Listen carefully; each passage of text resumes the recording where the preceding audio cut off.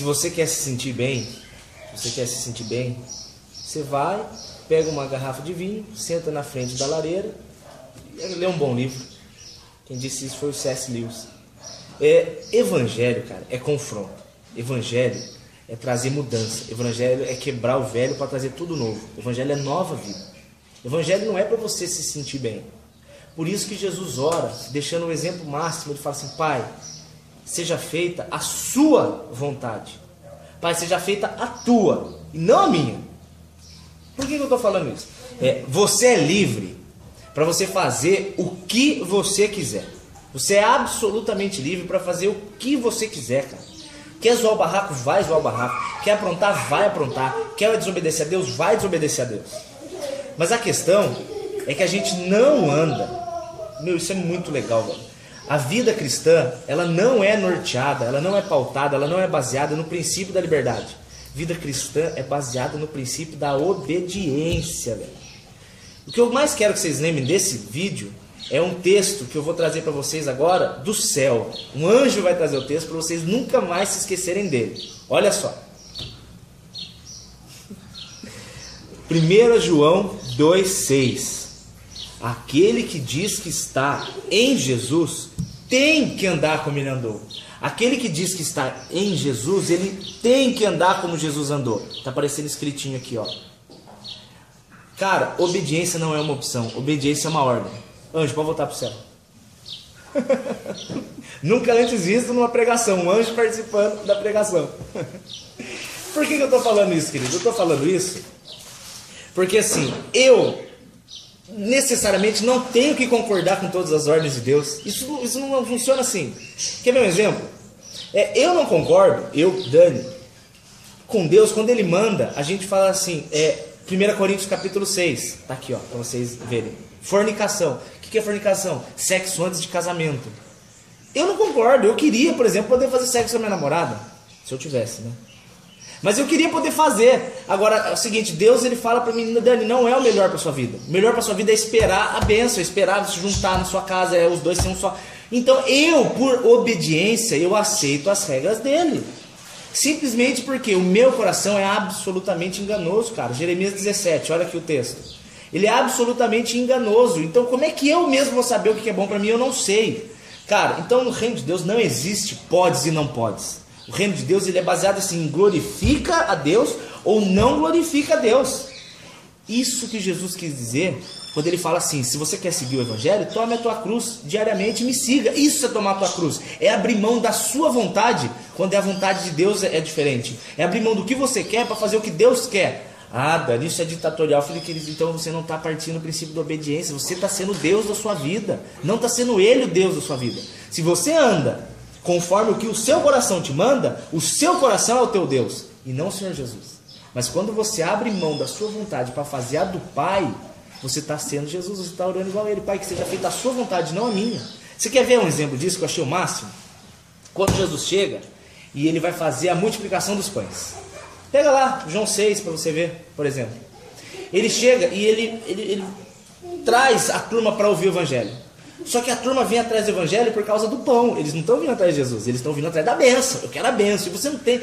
Está errado querer bênção? Não, velho. Mas busque o Deus das bênçãos, que as bênçãos vêm. Você buscar a bênção de Deus, você tá fazendo tramóia. Tramóia é ganância. Você está fazendo escambo com Deus, é comércio. Você está buscando a Deus por causa de resultado. E você não tem que buscar Deus por causa de resultado, cara. Você tem que buscar Deus porque Ele é amor e Ele te ama. Ele é seu Pai. Mas esse não é o assunto de hoje. Quando Jesus está pregando, um monte de gente, 4, 5 mil pessoas, quase 5 mil pessoas, só homem, fora mulheres e crianças, né? Fácil 10 mil pessoas, fácil. E Jesus ele está pregando e ele começa a falar e a turma vem atrás dele. E ele fala assim: vocês vieram atrás do pão que perece, mas vocês não vão comer hoje o pão que perece. Hoje eu vou falar para vocês evangelho real. O evangelho real é o seguinte, cara: você tem que morrer para a sua vontade e viver para a minha. Aquele impacto. Pô, mas cadê o homem que dava pão pra gente? A gente amava ele, fazia milagres. E Jesus fala assim: não, cara, é o seguinte, eu vou cuidar, eu vou te amar, mas você tem que negar a sua própria vida. Você tem que andar conforme eu andei. Lembra do texto que o anjo mostrou? O que aconteceu? Aí você vê a natureza humana. Quando Jesus ele truca as pessoas no sentido assim: ou você vem para andar como eu andei, ou você vai satisfazer as suas vontades, você não é meu. Você tem que morrer para si mesmo. Aí o que acontece? Todo mundo começa a ir embora.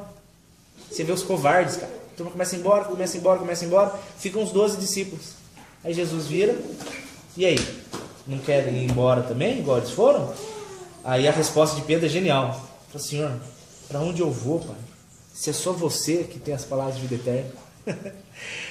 O que nesse mundo, cara, pode te atrair mais do que a promessa da eternidade? O que pode de estar junto de Deus, estar junto dele? O que nesse mundo vale você abrir mão do céu e da presença de Deus eterna, velho?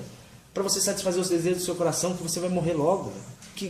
O que vale? Se alguém me apresentar hoje uma coisa melhor que Jesus, eu abandono Jesus. Agora, é impossível alguém me apresentar uma coisa melhor do que Jesus.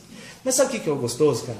Quando você começa a caminhar com Cristo de verdade, vocês se tornam um, a vontade dele está aqui, a sua está aqui. Quanto mais você vai se santificando, crescendo no conhecimento e da graça, as suas vontades vai começar a ser igual, vai começar a ser uma coisa só. Isso é intimidade com Deus, isso é santificação, cara. Isso é conhecimento de Jesus. Aí, o que até no começo é meio pesado, no sentido de chato, de ter que seguir, de ter que obedecer, começa a ser um prazer hoje para mim. Hoje, eu posso falar. Obedecer à vontade de Deus para mim é um prazer enorme, porque eu sei que eu estou agradando meu Pai e eu sei que eu não estou satisfazendo a mim. Quantas vezes, para mim uma dificuldade muito grande, por exemplo, é que numa briga, alguém falar uma besteira e eu ficar quieto. Eu tenho que engolir minhas palavras. E eu estou descobrindo hoje que essa é a dieta, uma das mais nutritivas para a minha alma.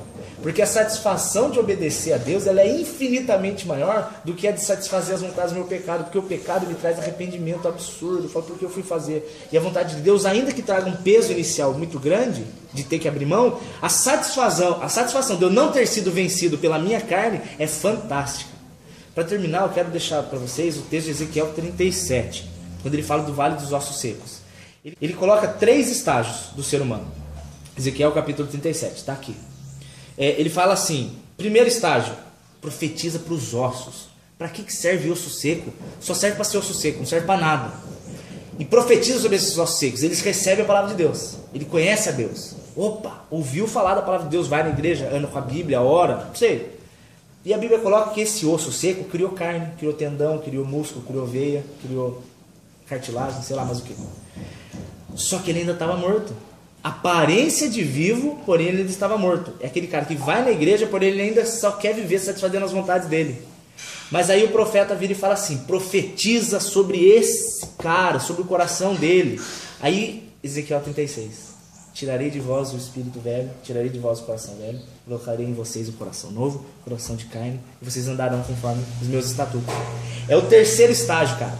Era o osso, recebeu a palavra de Deus, e aí quando ele morre para si mesmo e ele realmente nasce de novo com Jesus na cruz, esse corpo de carne cria vida.